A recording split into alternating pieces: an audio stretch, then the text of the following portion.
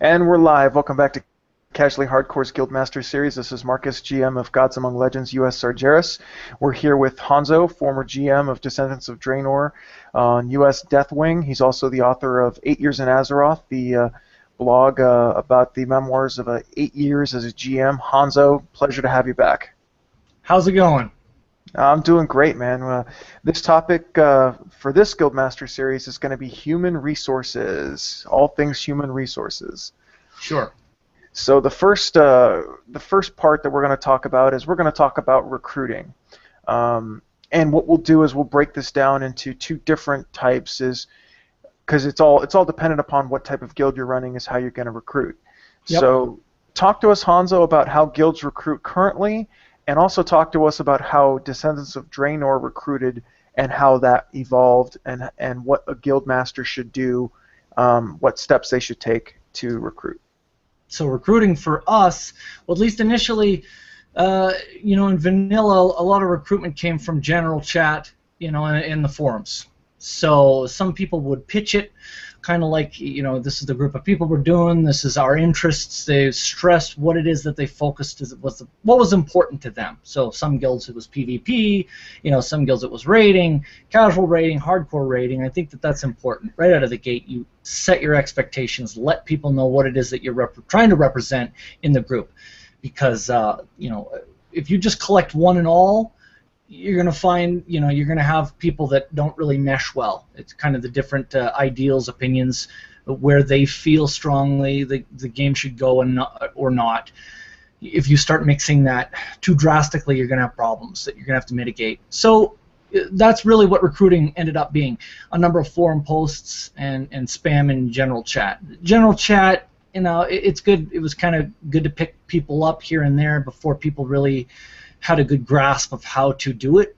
Try to take a little bit more of a professional approach, write up a nice, real well-written, well-thought-out description of the guild on the Battle.net forums to talk about what their long-term goals were. This is really just kind of basic common sense stuff. Eventually it became, their websites became kind of a marketing tool. They would advertise themselves and show the types of boss kills or PvP, awards and things that they were, using as selling points, try to entice more people to come to them. So there was all of these types of recruitment tools back in the day. And they all worked very well, but they're very, very time consuming. This was one of my particular challenges. It took a lot of time to scan the forums looking for quality people. Now, talk to us about the way guilds recruit now, and we'll focus right now with the hardcore guilds. As we all know, it's actually harder to apply for a heroic or mythic World of Warcraft guild than it is to apply to be a Secret Service agent, I think. Sure. So talk to us about why that is. Is that just part of the nerdy culture of World of Warcraft, or is it something where they really want to cover their bases? Talk to us about why heroic rating has such stringent recruitment requirements. Well, I think that, I think that it's strict because hardcore guilds who've been doing it for a while realize that it's not enough to just say to people, hey, we'd really like some really great people to join this guild, and we're looking for some hardcore raid progression, because they realize, or at least the sharp ones have figured out, that they're hoping the common sense fills the gaps, but it never does. This is a constant theme, a recurring issue. So to cut out all of the assumptions that are made by people trying to join those guilds, they make it nice and strict up front. We require you to have X amount of experience, X amount of gear. These, if they choose to gauge things based off of eye level, which is a little short-sighted, but I can see why. It's a very, very quick gating tool to get through the first round of resumes, so to speak. We want to get through the massive amounts of people trying to get into us because we're esteemed for whatever reason. We're pushing for a server first or world first. We want to cut out a lot of the excess crap. And I had my own gating techniques. We had a series of rules in our application forums that were worded a certain way so that if you didn't read very closely, you kind of screwed yourself, so to speak. You know, you fell into the bucket of, I'm just going to quickly discard you. You're not really paying attention to what I'm asking, and I need people to pay attention, especially when it comes to rating. Standing in the fire isn't going to cut it. So how is that any different than you skimming very quickly over my rules, my very basic rules I have to require you to, you know, fill out a simple app, you know, answer 3 basic questions. You can't answer those questions? Now, the current application process from pretty much every heroic guild I've ever seen is not only experience gear, they want to see World of Logs. They literally want to see you playing on paper. Yeah. Now, talk to us about why that's more important than actually bringing someone in for a day or two, seeing how they actually perform, but rather than looking good on paper, because you can make yourself look really good on World of Logs. You can make yourself look really good in an application, but sure. And I think that smart guild leaders, the ones that are doing it right, they realize that, and they know that looking at World of Logs doesn't paint the whole picture. They know that, you know, asking people to answer questions on an app doesn't paint a whole picture. They are the basic techniques used just to get people through the door. You have to remember that if you remove World of Warcraft from this and you look at it from an HR perspective, if you were a company and you were recruiting people and you had high demand to get in and you had a stack of resumes you needed to process, well, you would want a technique to cut out as many of them as possible to get to the core, most important, valuable people.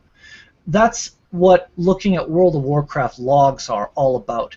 It's a very quick way to vet them before wasting all the time that technically should be the next part of the recruitment process. You know, guild leaders, if they're doing it right, they're looking at all of this stuff and saying, yeah, he's not dumb. He's not taking massive amounts of damage. He's not dying a lot. He's doing reasonably good damage. It's not the best damage in the world, but he's doing what he should be doing. We can take this to step 2. Versus, whoa, he's bottom of the charts.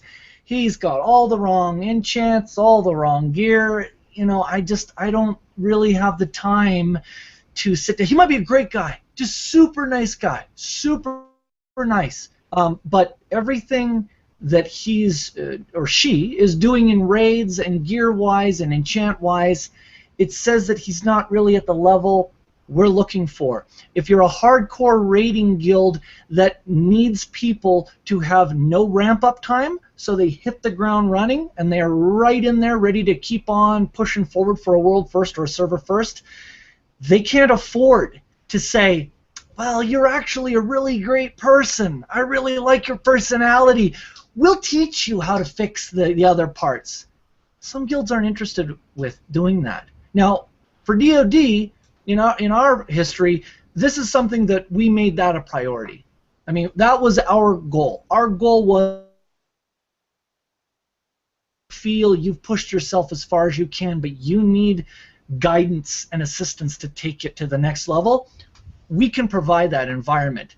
Not all guilds do that. So you have to remember that when you take this into consideration.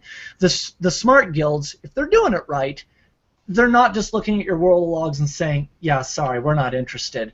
When you're on the other end going, but I have so much more to offer than this report.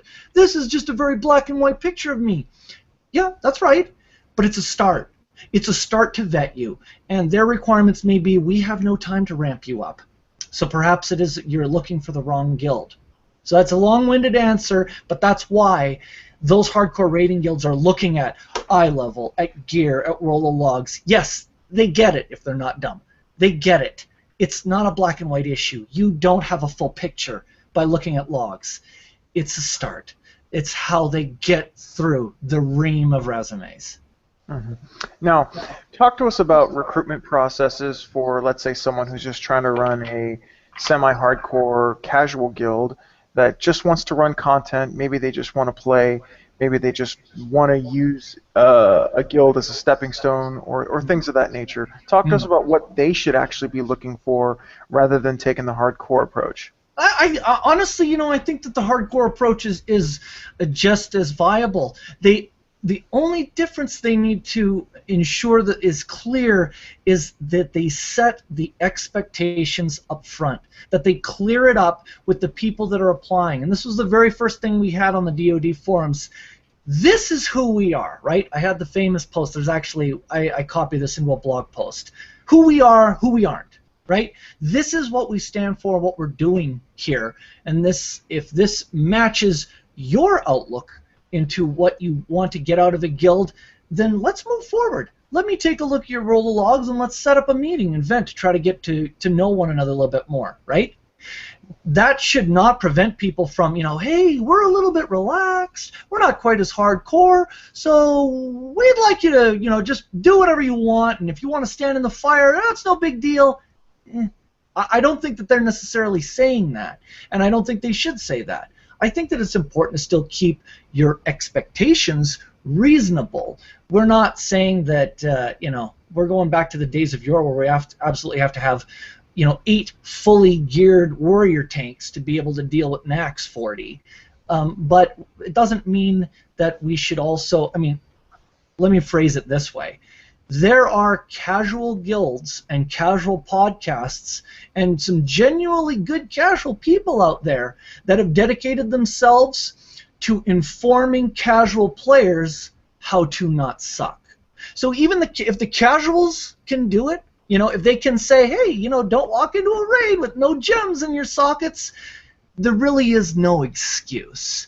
Right? Whether you are hardcore all the way, casual all the way, or somewhere in between, there are some fundamentals I think we should always ask for. Like number 1, we don't want you to stand in the fire at all, ever. You want to minimize that as much as possible. Now, I've actually I've learned from my mistakes in recruitment. My first go around as a GM, I just pulled anybody and everybody from trade just to get warm bodies in, which was a big mistake. It was just, what's your eye level, what's your experience, just come on in. There's a lot of that for us too in vanilla and TBC. Yeah, and unfortunately for a lot of people, that's one of the only ways they can do it. However, lately I've been taking the time, and one of the best ways for me to vet people is the first thing I do is I start asking them questions, and I go, hey, do you want to hop into Mumble? Some people have responded to my Reddit and World of Warcraft forum posts by sending me an email with their resume, and I didn't even ask for it. Yeah, yeah. So one of the things that I think is also good is spend time talking to them. Even if you do give them a G invite, spend time talking to them and try to see where their head's at. Try to see, maybe raid with them, see how they react to a certain situation. Yep. So when it comes to recruiting, how much is enough, and when does recruiting stop? That depends based off of the guild. You know, if you were to ask Gergthok from EJ back in the day, he said, we never recruit. Sorry, it's just we don't do it. We have who we need, and it's essentially always that way. That was a very black and white view, but they were a very, very different guild. I mean, they were very, very highly sought after. They had a very tight-knit group where it was pretty easily known, it was communicated well amongst the group that they were all there to stay. And even then, there were still times in EJ's history where, for a very small window, recruitment had to open up, right? We need a Blood Elf Paladin, or we need a Druid, or we need a... Okay, and we're closed again. Once again, we're no longer recruiting. That's fine. That's fine. They were a hardcore, server-first, practically a world-first guild. Now, we kind of sat in the middle, right? I have always kind of felt the DoD was right down the line between casual and hardcore. And my opinion was that I was always recruiting. Always.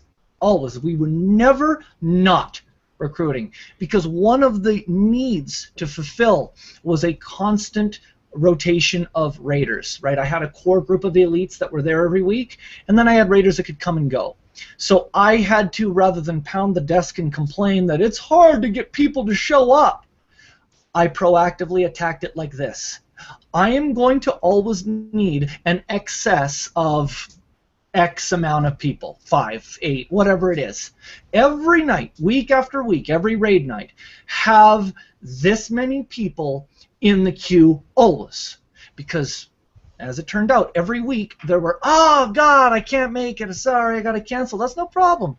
Not going to bitch and complain. Going to solve it proactively by having a few people just waiting in the wings to fill in the queue. And what happened as a result of that was I was always recruiting. At every point along the way, I had my ear down to the rail listening for anybody who was interested and wanted to know more. And, I communicated that to the guild, too. You guys are salesmen.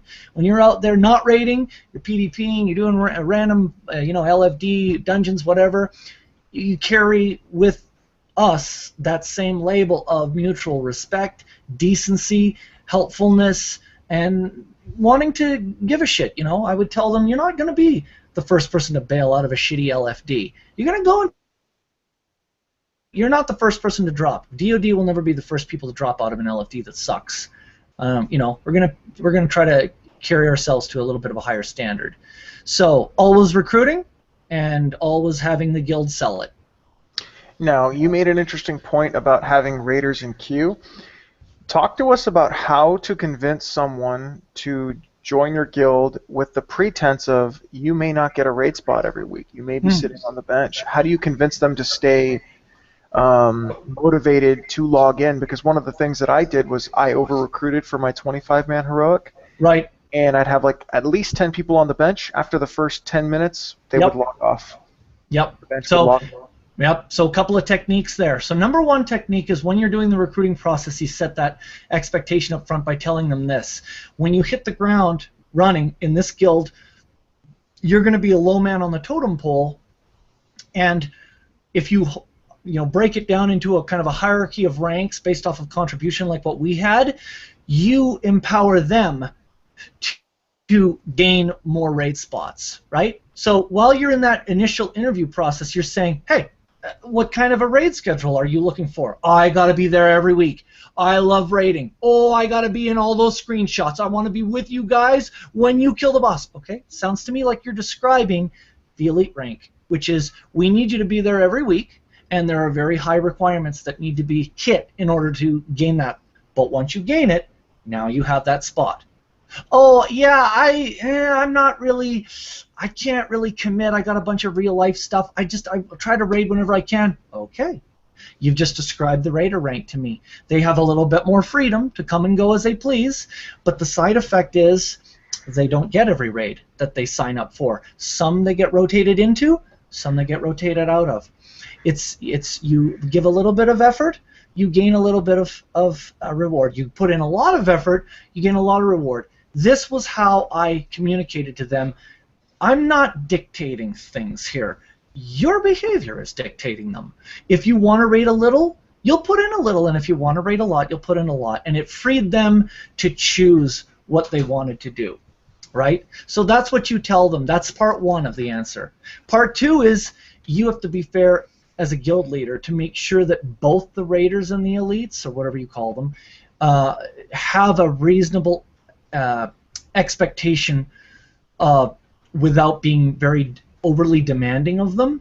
And let me kind of give you a real-world example of that. For the raiders, I would tell them you can't get every raid you get rotated into, but you will always be allowed to be online during invite time.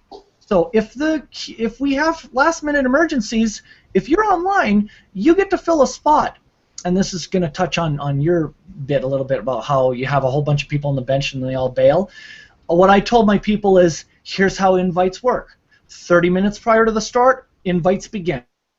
15 minutes prior to the start, for everybody that's not yet in the raid, if there are spots to fill, I start picking from the queue, picking from the bench. And as soon as the raid begins, we're done. So if you are still out and you were not rotated in, thank you very much. We appreciate you standing by. You are free to go. You can hang on, continue to stay online doing your own thing, or you can log off and it will not be held against you. I had to set that expectation with them so they were free to go. It wasn't fair. It wouldn't be fair for me, and really is not fair for a guild leader to say, yeah, those guys, I need you to be online all the time, because anytime at all someone could drop. We need a filler. No. I had another technique for that, which was I had raiders' phone numbers in their officer notes, and if it was the third of the fourth hour and we had someone drop, I'd go and start going down the list and texting people. No big deal, but there's a spot open if you're willing to go, right? So these were all the proactive techniques I had with DoD to solve the constant problem of, I can't raid, I have to drop, I've got a real life schedule. Fine, that's totally cool. Here is how we'll solve all of those issues. Okay. Now let's talk about all the things in the middle after recruitment happens. Your latest blog post, 4.7, Disturbances of a Brownish Hue, there's a lot of HR stuff going on in there. Yeah. Talk to us about, especially the second part, hearing them out. Talk to us about kind of the gist of what happened there, and also talk to us about the proper way to handle situations like that. The problem with that particular post is it tells the story. It's one of the many continuing story arcs where I have people in my guild that make poor choices, as we all do, because we're human beings and no one's perfect. And as a guild leader, I'm trying to determine which issues, which errors in human judgment are forgivable, that we can sweep under the rug and move forward with, right? Versus these are not simple little mistakes, errors in judgment, the result of, you know, whether or not you like to drink or do drugs or whatever, but they speak to your character, right? With everything else pulled away from the picture, is this just how you behave in general? And is that going to affect us negatively down the road? And what's kind of ironic about that blog post, and yeah, it was intended, is that I've got one person who's been kicked out of the guild for bad judgment, right? And he's trying to get back in. And then I have another person who clearly is not really a very good person, right? It has nothing to do with the game. It has to do with he just is, for lack of a better word, a bit of a D-bag. And the irony there is he's still in the guild at that part of the blog post, whereas the person who maybe just made a bad judgment call has already been booted. So it kind of paints a picture of that struggle. And I want it to be very clear to readers that it is absolutely a struggle to try to learn the difference between immaturity, making poor judgment calls, and, you know, a loss of trust and having to earn that again right from the ground up. That would happen at a job. That's not specific to WoW or to guilds. That's, hey, if you were working at a job and you showed up on time and left on time and you did what was asked of you, you would not really be given any extra attention, right? It's not until you start going above and beyond the call of duty that your boss starts to kind of pay attention to those sorts of things. Now, the inverse is all of a sudden randomly you start showing up late or not at all. Well, you're going to have to go back to the bottom of the chain, the food chain, you know, really, and start working your way up. It's not a personal thing. I struggled with that. I made a lot of those issues personal, and I shouldn't have.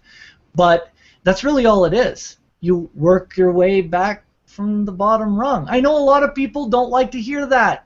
This isn't a job. You're taking this too seriously. Take WoW away from it. This is people management, which is what running a guild is. Some of the basics you need to know. Now, talk to us, because of that situation, I've come across a lot of mistakes that I made as a guild master early on that I was more concerned. I guess I'm just, me personally, I'm real big on people can make mistakes and people can rectify that. However, what do you think are some kind of unforgivable actions that can happen between people in a guild that a guild master should either immediately or pretty much lean toward the side of removing that person from the guild? So, it's an ongoing debate in this particular train of thought. You know, I've always been of the opinion that there are ethical decisions that are the ones that are really unforgivable, right? So, what are ethics? Well, it's that moral high ground people talk about being on, right? You are expected to treat people a certain way. You are expected to act in favor of the guild, right? With the guild's best intentions. And, you know, you can take guild out of this. Let's replace it with org, right? Organization. So it could be you're a fucking Boy Scout group, or, you know, a company that you work for, whatever. whatever, the people. They have a goal, and you need to stay aligned to it. If you're a part of that group, you need to stay aligned with those goals. So, for example, you know, if you were working at a company and they gave you a quick, you know, primer on ethics and how they wouldn't want something to be, they wouldn't want you to make a poor ethical decision with regards to the business. What does that mean? Well, let's say that you have discovered a better way to do things that maybe not are necessarily aligned with the guild, but they still get things done. You know, that may seem like a good, huge win in your books, but it goes against the beliefs of the org you're a member of, right?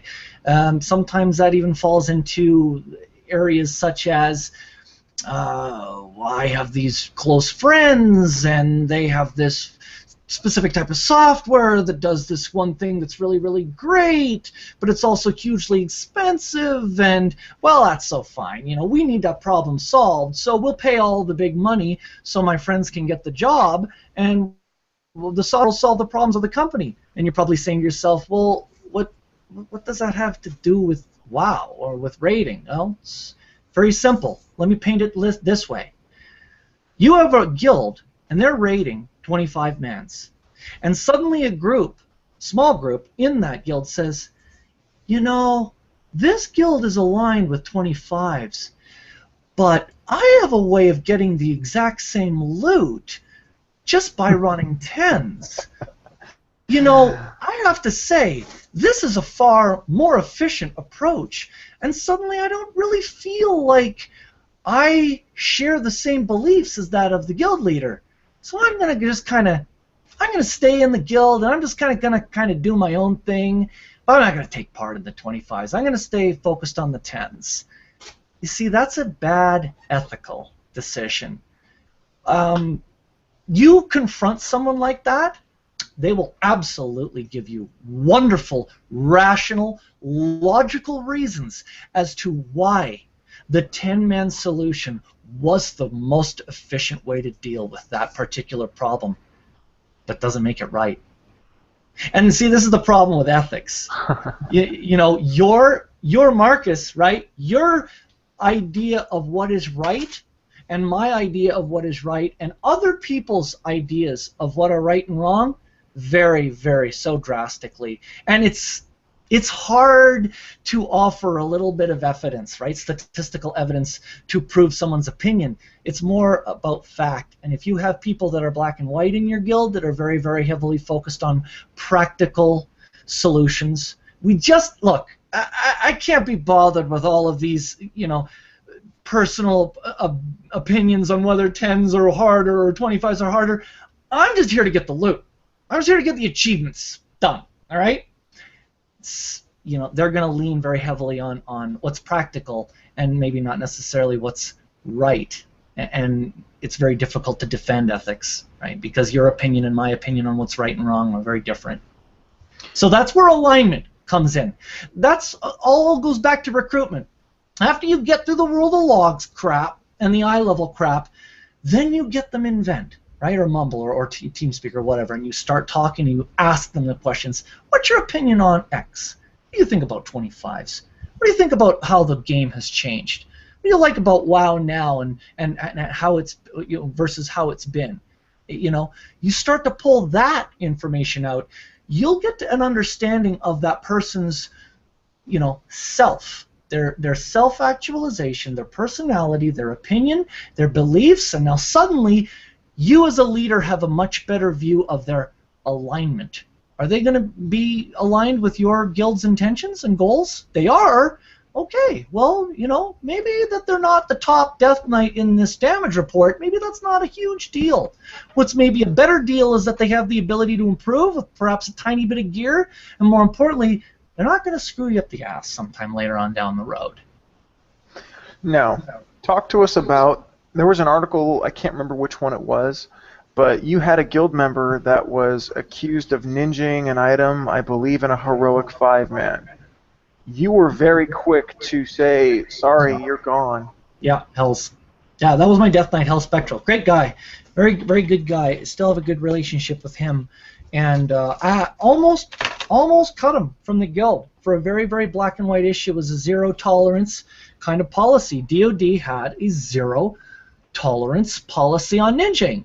We absolutely did not put up with that shit. That kind of stuff was very commonplace on Deathwing. I don't know what your experience was, what other people's experiences on other guilds was, but on Deathwing, which is essentially a pit of despair of humanity, ninjaing was very, very common, especially in Wrath, where you would very quickly get a group together for Archivon and all the Isovons, what are the hell all the other Vons were, I can't remember all their names, but you know, it was the area where you would, after you win Winter Spring, right, you'd go in and you'd, did I just say that right?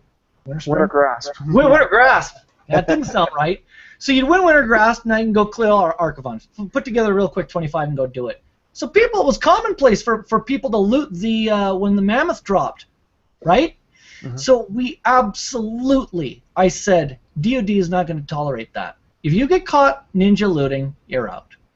Mm-hmm. So with Hells, you know, I caught wind of that ninjaing. It was the little pumpkin pet out of the Hallows Eve run, right? It's ridiculous. It's just a simple little pet, and you know, I almost kicked out a very, very valuable member of the raid group, and I want to try to compel readers, watchers of the viewer, readers of the blog, and you yourself, Marcus, that you know, you need to hear every issue, both sides, when you mediate this stuff. You cannot just jump to conclusions. It's very much akin to the whole zero tolerance policy that schools have with the guns, and then some kid comes in with a 911 commemorative hollowed out shell, right, bullet shell, but it's, you know, it's just the shell casing, and the kid is kicked out of the school. It's a shell casing. It's not live ammunition. It doesn't have anything to do with the zero tolerance policy of guns. The principal needs to kind of pay attention to context. And in this instance with Hells, yeah, I mean, did he ninja? No, actually he didn't. Once I got both sides of the story, we found out that it was just this other person's opinion that he felt that they should have done a second roll because two people tied in a roll, and Blizzard decides. When you do a roll in game, Blizzard decides who gets it. It's a random event, right? Mm-hmm. And Hells won. So, yeah, it was an opinion piece. It really had nothing to do with zero tolerance. Be involved. You know, just know that. Be involved and make sure you hear both sides of the story. That's going to come up more on the blog. Now, talk to me about how to handle a situation that you don't have a rule for, because it's impossible to make a rule for every situation. Yeah. The common sense thing. Boy, that's just great. So I got that shoved down my throat a lot by people who said that I was acting, you know, in the best interests of other people that were my close friends, blah, blah, blah, and I had to eliminate that by continually writing rules down, stuff that you and I would normally assume as common sense. You know, what? You're kicking me out of the guild because I threatened to rape and murder one of the female members? You didn't write that as one of the rules. Do I fucking have to write that as a rule? It's common sense. You don't speak to people like that. Maybe in some other land you do, or it's the ethic thing, right? Like, my opinion of how you treat people is different than other people's opinions. So, how do you solve it? You don't. You're going to have these issues, and you learn from them as a leader, and you continue to write them down until you have this ridiculous list of commandments that are commonsensical things. This is why when you get hired at a big company, they have an employee handbook. This is how you're supposed to behave. This is how we want you to dress. You don't walk in looking like a hooker, you know, or pimp. You come dressed professionally, treating people with respect and decency. You don't know temper. Don't smash your fists into any desks. Don't yell or scream. Behave like a human being. You know, that's what those handbooks are all about. Same with the guild. If you don't write it down, sooner or later, someone is going to shove it down your throat and say, "You didn't tell me I wasn't allowed to threaten to rape and murder people. That wasn't a rule I saw. I have to write it down? Fine. There. Now it's written down. Don't do this." Now, talk to us about, because throughout your blog, it's usually you handling all of the human resource issues. Is the GM, as opposed to most organizational structures where they have a human resources manager, is it who should be handling all of the major human resources decisions in a guild, the GM or somebody else? If you have people that you can trust, that you know beyond the shadow of a doubt, think like you, are aligned like you are, believe the same things that you do, and a good test is really come outside of the guild for a while. Talk to the person extensively about things other than WoW. Gain insight into their opinions on life, on business, on entertainment, on the state of anything, right? And the more and more you feel like they're aligned with you, the more I think you can start to trust them with those HR-related issues. And, sometimes it happens automatically. Sometimes you see them just fielding it, just mediating drama. And that was the way that it was with Ader in a lot of the early part of my blog, if you read through the vanilla and TBC stuff. Ader naturally, I always saw him as a natural leader because he had the capacity to show empathy towards other people's issues, right? He was practical, he was pragmatic, he wanted you to not stand in the fire, but he was of the mindset that we'll try anyone. If you want to raid, well, I don't care if fat, thin, big, little, amateur, pro, whatever you are worthy. Let's give you a shot and get you in here. But he made his assessments very quickly. You need to, improve X, Y, and Z. And okay, it's been week 3, and you haven't improved those things. I don't think you're really a fit, right? And when drama exploded, he was always the first person to kind of help mediate a lot of those issues. You'll see those type of people in your guild, the people that are,